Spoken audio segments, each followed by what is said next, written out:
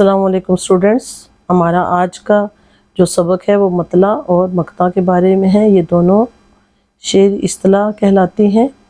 تو پہلے ہم مطلع کے متعلق بات کریں گے۔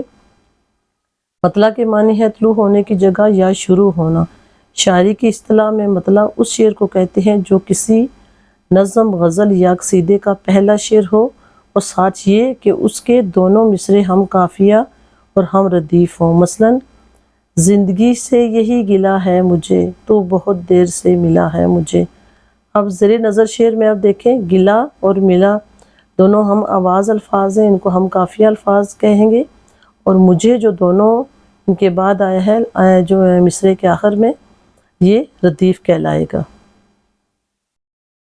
اگر کوئی شعر کسی نظم یا غزل کا پہلا شعر ہے لیکن اس کے دونوں مصرے ہم ردیف اور ہم قافیہ نہیں، تو وہ پہلا شعر تو ہو سکتا ہے لیکن مطلع کہلانے کا حقدار نہیں، اور اسے مطلع غیر مسمى کہیں گے۔ مثلاً شعر ملاحظہ کریں، کچھ یوں بھی زندگی کے ہیں رنگ و فسوں فریب، دل کو بہلاتے ہیں یہ سارے ہی رنگ و روپ۔ اور اسٹوڈنٹس آپ نے نوٹ کیا ہوگا کہ اس شعر میں نہ تو قافیہ استعمال ہوا ہے اور نہ ہی ردیف۔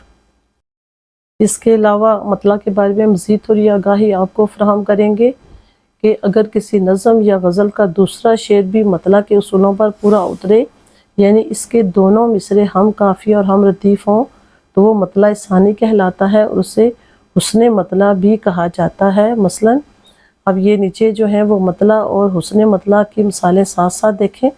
مطلع ہے کسی بھی صورت نمود سوز پنہانی نہیں جاتی، کسی صورت نمود سوز پنہانی نہیں جاتی، بجھا جاتا ہے دل چہرے کی ویران تابانی نہیں جاتی۔ اور مطلع ثانی اس کا ہے، نہیں جاتی کہاں تک فکر انسانی نہیں جاتی، مگر اپنی حقیقت آپ پہچانی نہیں جاتی۔